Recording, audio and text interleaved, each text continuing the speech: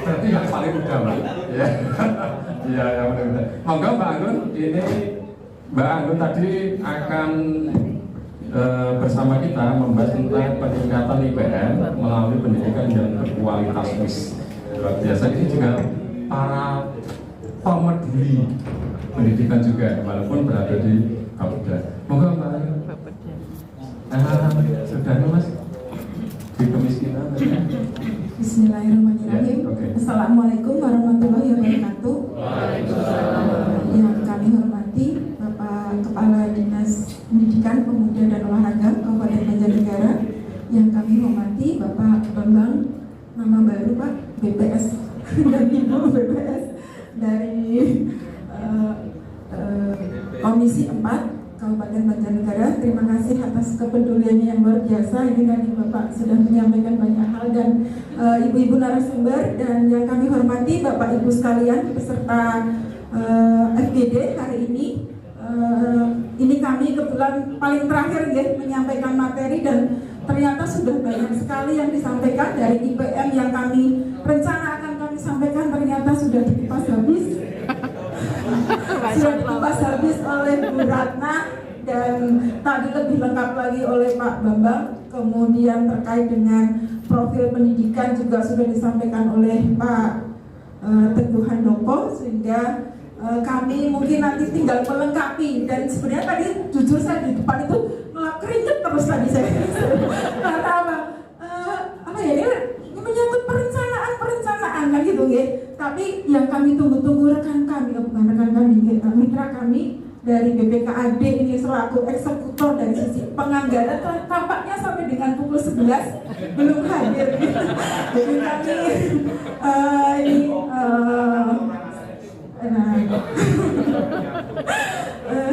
tapi tadi Pak Bambang sudah berkali-kali menyampaikan Banjarnegara posisi kita 33 gitu ya, rasanya kelas terus gitu. Saya tadi tambah mengker tadi badan saya, rupanya saya yang mengker tapi ternyata nggak mengker badannya.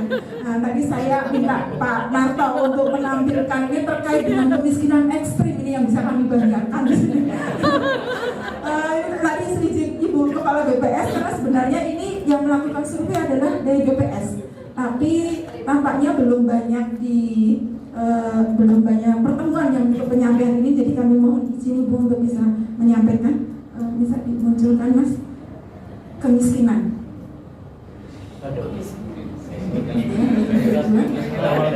Karena kan ya materinya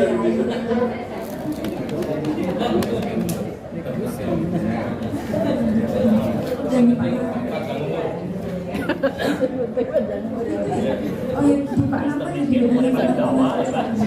jadi pada prinsipnya kemarin di tahun 2021 Banjarnegara ditetapkan sebagai kabupaten miskin ekstrim. Lemes banget ya, sudah miskin ekstrim lagi kan gitu ya. Jadi dari seluruh Indonesia diambil 35 kabupaten kota yang masuk kategori miskin ekstrim. Tapi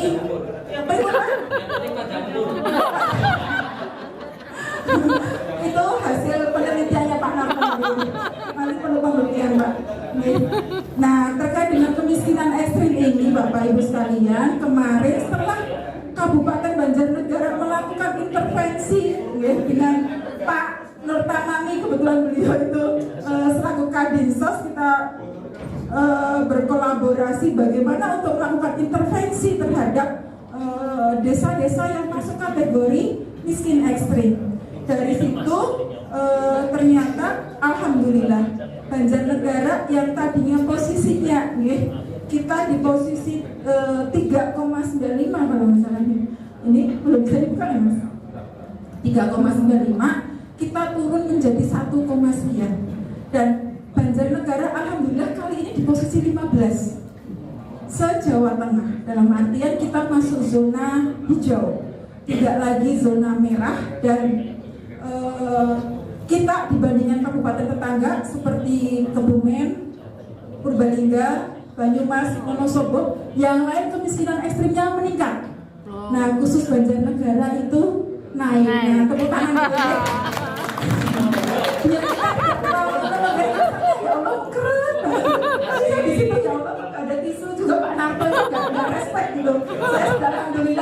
cantik, tapi saya menilai beliau masih belum respect terhadap saya. Bapak Ibu yang kami hormati, di sini sebagaimana kami sampaikan tadi, kami akan menyampaikan terkait dengan rapor pendidikan. Mohon izin nanti kalau ada yang salah dikoreksi Bu Febri. Ini kami menyampaikan hasil rapat, langsung aja ya tadi aja Mas, yang itu nggak jadi aja Pak. Rapor pendidikan di Kabupaten Banjarnegara. Jadi ada 5 indikator prioritas ya.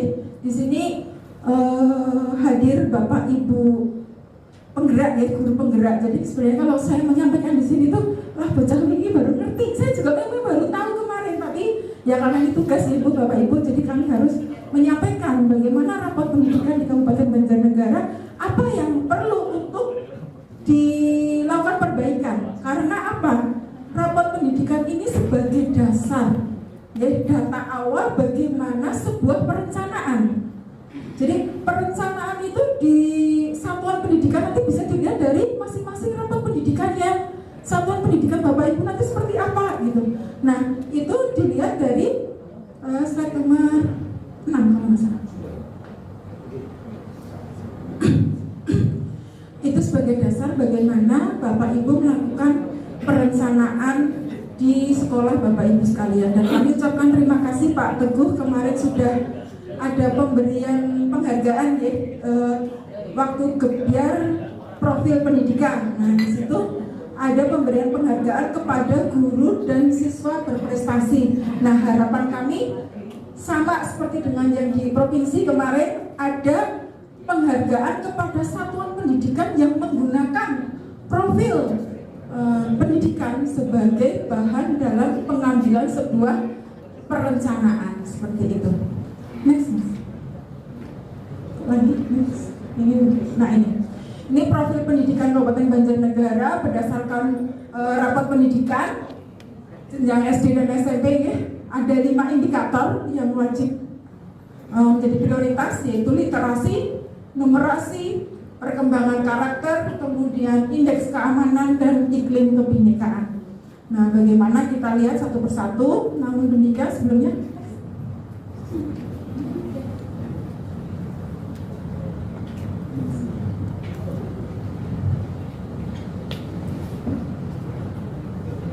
nah ini kami dapat informasi dari Bu Febri bagaimana pemanfaatan platform Merdeka Belajar di Kabupaten Banjarnegara.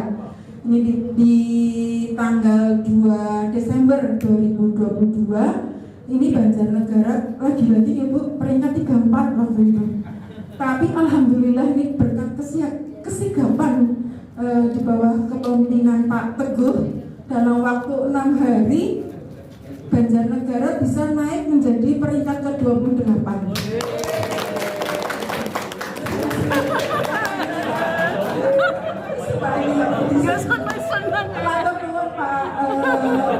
Ini nanti belum tahu ya perkembangan terakhir seperti apa.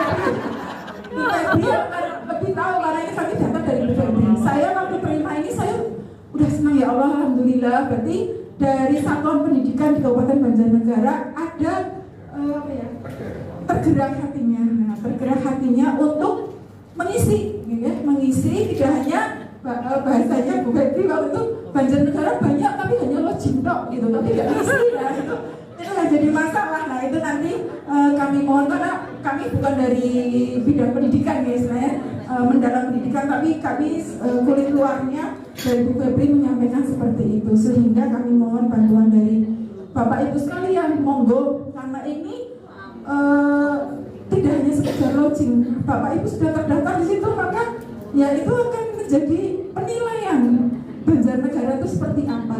Jangan sampai yang 28 ini turun lagi menjadi 34, apalagi 35. Nah, ini jenjang literasi ya, ini literasi di jenjang SD. Untuk indeks literasi di Kabupaten Banjarnegara kita itu mencapai kompetensi minimum. Nah, ini ternyata rata-rata untuk anak-anak sekolah SD di Kabupaten Banjarnegara itu masih dalam kategori literasi cakap. cakap, ya. Jadi belum mahir tapi masih dalam posisi cakap. Yang ini perlu peningkatan. Ini dari numerasi juga masih di bawah kompetensi minimum. Kemudian pengembangan karakter ini kita sudah bagus, kita posisinya adalah berkembang. Kemudian nah ini yang menjadi catatan dari SD yaitu indeks keamanan. Indeks keamanan kita itu posisi untuk indikator kekerasan seksual adalah waspada. Nah ini yang sebenarnya waktu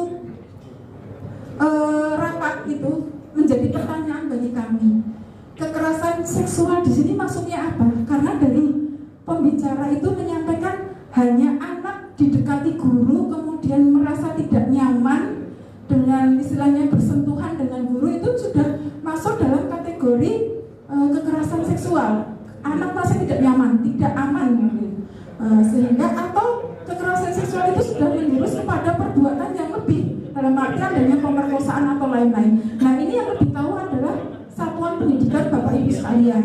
Kira-kira apa yang terjadi di lingkungan sekolah Bapak Ibu sekalian gitu. Ketika tahapannya istilahnya karena hanya bersentuhan gitulah, itu kan menjadi koreksi. Itu akan menjadi perencanaan ke depan apa yang akan dilakukan oleh sekolah dalam rangka membuat terwujud indeks keamanan di satuan pendidikan Bapak Ibu sekalian itu lebih baik. Kemudian indeks kebinekaan juga bagus, ya. Yang perlu peningkatan ini adalah sikap inklusif, yaitu sikap yang menginginkan kebersamaan meskipun mengakui adanya perbedaan. Jadi tahu bahwa kita itu berbeda, tapi kita ingin bersama. Nah, itu ini terkait dengan kebinekaan. Nah, ini perlu peningkatan. Kemudian jenjang SMP sama untuk kondisinya rata-rata, dan kami lihat indeks keamanan juga yang menjadi permasalahan di tingkat SMP, yaitu di kekerasan seksual. Nah ini yang menjadi pertanyaan, ada apa dengan Banjarnegara? Nah ini mungkin kita perlu mengupas kembali dari profil pendidikan yang sudah dilaksanakan asesmen, guys. Sebelumnya kan ini asesmen kepada siswa-siswi yang ada di Kabupaten Banjarnegara. Jawaban mereka itu sebenarnya apa sih gitu yang menyebabkan kekerasan seksual itu berada pada posisi waspada di Kabupaten Banjarnegara. Karena ini adalah jawaban jujur dari anak-anak. Tapi bisa juga karena kurang pemahaman anak-anak kan gitu. Jadi ini yang perlu kita gali bersama. Kemudian nah ini terkait dengan pendidikan, pemerintah Kabupaten Banjarnegara melalui RPJMD tahun 2005 sampai dengan 25 itu menjadi bagian dari visi yang pertama, ya. Jadi tetap berkomitmen untuk mewujudkan masyarakat Banjarnegara itu yang cerdas, produktif dan inovatif serta berakhlak mulia. Nah ini juga di RPD karena RPJMD kita itu habis di tahun 2022 sehingga untuk perencanaan di tahun 2020 selanjutnya itu kita menggunakan RPD 2023 sampai dengan 2026, di mana di setiap tahapan ini dalam perencanaan kebijakan terkait dengan upaya untuk meningkatkan pendidikan itu menjadi prioritas pula oleh pemerintah Kabupaten Banjarnegara. Nah ini kerangka kebijakan peningkatan IPM kita sudah merencanakan apa yang bisa dilakukan dalam rangka meningkatkan IPM kita. Nah ini tidak hanya tugas 1-2 OPD, tapi tugas kita bersama, tidak bisa dikerjakan oleh satu OPD. Nah ini indikator-indikatornya terkait dengan upaya untuk meningkatkan IPM dari bidang pendidikan. Ini SPM tadi sudah disampaikan oleh Pak Teguh. Nah selanjutnya ini perencanaan berbasis data adalah proses yang berkelanjutan dan terintegrasi dalam siklus perencanaan pembangunan daerah. Nah ini tadi yang sebagaimana disampaikan langkah pertama analisis profil pendidikan. Jadi tadi benar sudah ada profil pendidikan. Nah kita perlu menganalisis nih permasalahannya apa? Tadi sudah dipetakan. Ada 5 indikator utama yang harus ada dalam perencanaan pendidikan. Nah, ini sudah dipetakan. Kemudian yang kedua, analisis akar masalahnya. Sebagai contoh tadi terkait dengan kekerasan seksual. Kekerasan seksualnya sebenarnya karena apa? Apa karena hanya bersentuhan? Atau kekerasan seksual itu dilakukan oleh istilahnya ejekan, tadi perundungan yang sebenarnya disampaikan Pak Teguh, atau ya antara guru dengan siswa atau sesama siswa ataupun dengan lingkungan sekolah yang lainnya. Kemudian langkah ketiga, perumusan program dan kegiatan. Ketika sudah tahu permasalahannya, maka kita dapat menentukan program dan kegiatan apa yang harus kita ambil yang sesuai dengan permasalahan yang kita hadapi. Jangan sampai permasalahannya A, tapi solusi yang kita lakukan adalah B, nggak akan nyambung. Dan Banjarnegara ya IPM-nya ya akan kayak gitu terus gitu. Jadi kami mohon, ini sudah ada profil pendidikan, gunakan dengan sebaik-baiknya. Jadi perencanaan yang Bapak Ibu buat itu benar-benar ada dasarnya, ada datanya, ada by address-nya, istilahnya anak yang menyampaikan ini kondisinya seperti apa. Kemudian langkah yang keempat, memasukkan dalam dokumen perencanaan dan penganggaran. Kegiatan, program sudah disusun, kemudian dimasukkan dalam dokumen perencanaan. Kemudian yang kelima adalah pelaksanaan kegiatan, yang keenam yaitu monitoring dan evaluasi. Nah, ini adalah tahapan-tahapannya ya dari adanya profil pendidikan tadi terkait dengan perencanaan yang bisa dilakukan di satuan pendidikan Bapak Ibu sekalian. Nah, ini kemudian ini gambarannya sama ya, kita hubungan dengan perencanaan daerah ya. Jadi dimulai dari ranwal RKPD. Jadi ketika sudah ada akar permasalahannya sudah tahu, program kegiatannya sudah tahu, rencana anggarannya sudah tahu, masukkan dalam ranwal RKPD. Kemudian menjadi RKPD, terakhir RKA dan menjadi APBD. Jadi, tapi jalur APBD itu tidak serta-merta selalu lewat dari pemerintah daerah ya. Dari jalur pokir juga bisa ya, Pak Bambang siap mengawal dari semangat beliau. Kami yakin beliau sangat concern terkait dengan pendidikan. Nah, ini yang paling penting, mitra kerja Dinipora. Kalau biasanya kami berbicara terkait dengan konvergensi stunting, gitu ya Pak Udin yang ngurusi desa ini, kita sering banyak digaungkan konvergensi stunting, tapi kali ini sangat cocok konvergensi itu tidak hanya stunting, tapi konvergensi bagaimana kita menangani permasalahan pendidikan. Jadi bahasa kami konvergensi mitra kerja Dinipora. Okay. Bersama-sama dipetakan permasalahan apa yang ada di Dinipora, kemudian kita bersama-sama melakukan aksinya. Siapa berbuat apa sesuai dengan kewenangan masing-masing. Gitu ya. Ini sebagai contoh nih, kami buat ini di atas sendiri di DPRD, kebetulan hadir Pak Bambang dari Kaisang, dukungan kebijakan dan penganggaran. Nah, beliau punya kewenangan terkait dengan bagaimana kebijakan itu dibuat, bagaimana penganggaran itu dibuat. Kemudian yang kedua, dinas kesehatan, edukasi kesehatan reproduksi. Ini penting ya, karena ini bagian dari keamanan tadi, keamanan sekolah. Ketika anak-anak diedukasi reproduksi, paham bahwa ini loh yang boleh disentuh, ini loh yang nggak boleh disentuh, ini loh zonanya. Nah, ini bagian dari yang penting itu. Nah, ini keterlibatan dari OPD teknis, ya. Kemudian dari ini kebetulan hadir Dinsos, sekolah ramah anak. Pak tadi sudah diskusi dengan Pak Nur Tamami banyak. Sebenarnya kalau sekolah ramah anak itu bisa berjalan dengan baik, sangat mudah. Dalam artian sangat mendukung bagaimana untuk mewujudkan profil pendidikan di Kabupaten Banjarnegara itu menjadi lebih baik. Nah, kalau tanya isinya apa sekolah ramah anak, itu banyak sekali indikatornya. Dan dalam waktu dekat, jadi Pak Nur, kita akan kembali, karena kemarin Alhamdulillah Banjarnegara kembali mempertahankan ya Pak, untuk statusnya meskipun masih pratama, ya sebelum-sebelumnya itu kita 10 tahun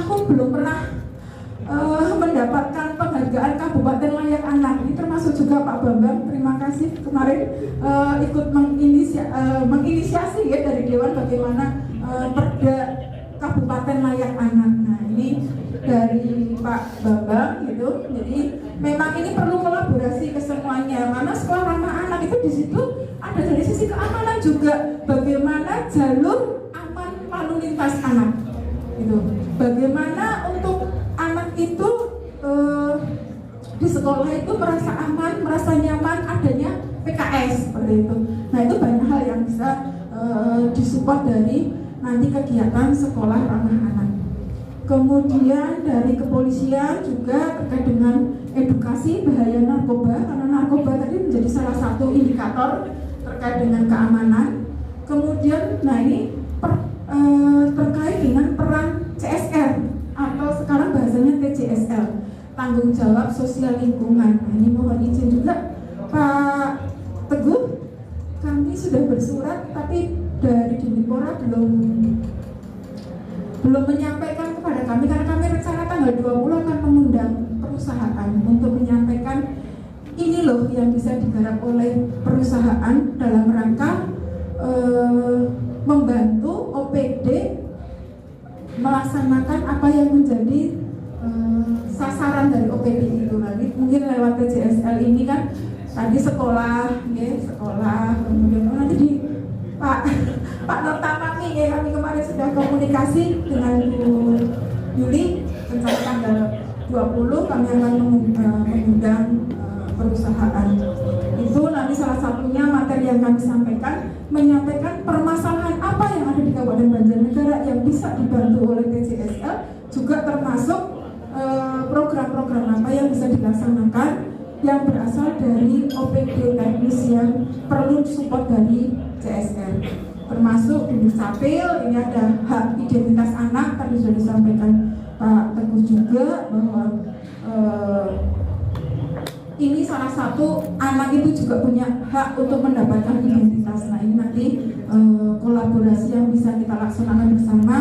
BPS juga survei dan analisis hasilnya, ya, menganalisis sebenarnya permasalahannya ini loh, yang perlu dikembangkan ini loh, termasuk tadi salah satunya terkait dengan budaya masyarakat gitu, karena Banjarnegara itu perkawinan anaknya masih sangat tinggi.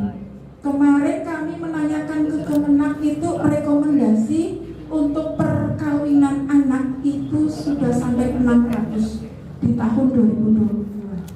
PR lagi ini Pak Nurtamami.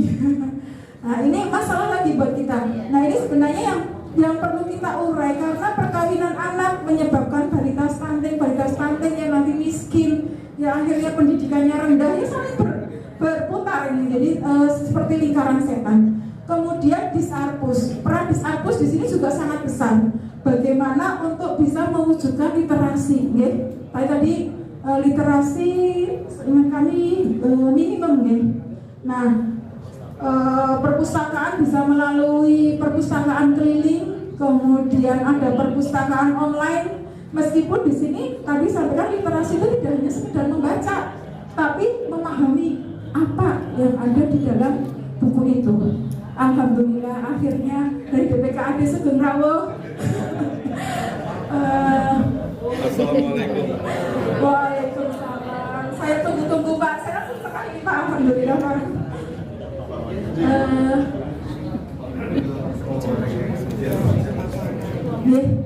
Ini kebetulan Bapak sudah selesai dan paparan kami sudah selesai ya, Bapak Ibu sekalian. Ini ya kira-kira mitra dari Dinipora yang nanti bisa bareng-bareng kita berkolaborasi bagaimana untuk meningkatkan IPM kita, bagaimana untuk mengatasi permasalahan terkait dengan profil pendidikan di Kabupaten Banjarnegara. Kami hanya bisa berpesan, monggo manfaatkan dengan sebaik-baiknya profil pendidikan, ya. Karena itu sebagai dasar dalam penyusunan sebuah perencanaan agar tepat sasaran. Mungkin itu yang bisa kami sampaikan, kurang lebihnya kami mohon maaf. Wassalamualaikum warahmatullahi wabarakatuh.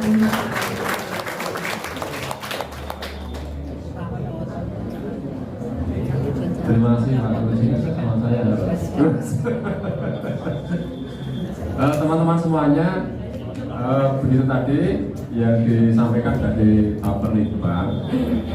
Yang slide terakhir Mbak Anggun, ini Bapak Litbang banget ini ya. Dan kami nantikan ini ya, saya ini. Ya. Kurang nanti ini ditindaklanjuti baru isinya bangun nanti bagaimana ini bisa menjadi tim desain atau blueprintnya Banjarnegara agar IM cepat menikah. Kita belum punya namanya ya. Kita namanya kalau yang semacam itu yang santri sudah punya dari bawah sampai atas itu ya. Yang percepatan peningkatan IPM kita belum punya. Pikir baru-baru kan. Ya. Selamat datang Bapak Kepala BPKAD, Bapak Trianto Tawi, tunggu Pak. Ini menunggu seorang dewa. Ya, dewa penyelamat ya. Kami laporkan Bapak sudah semua narasumber sudah mempresentasikan tadi dari Pak Teguh tentang profil pendidikan, kemudian dari BPJS tentang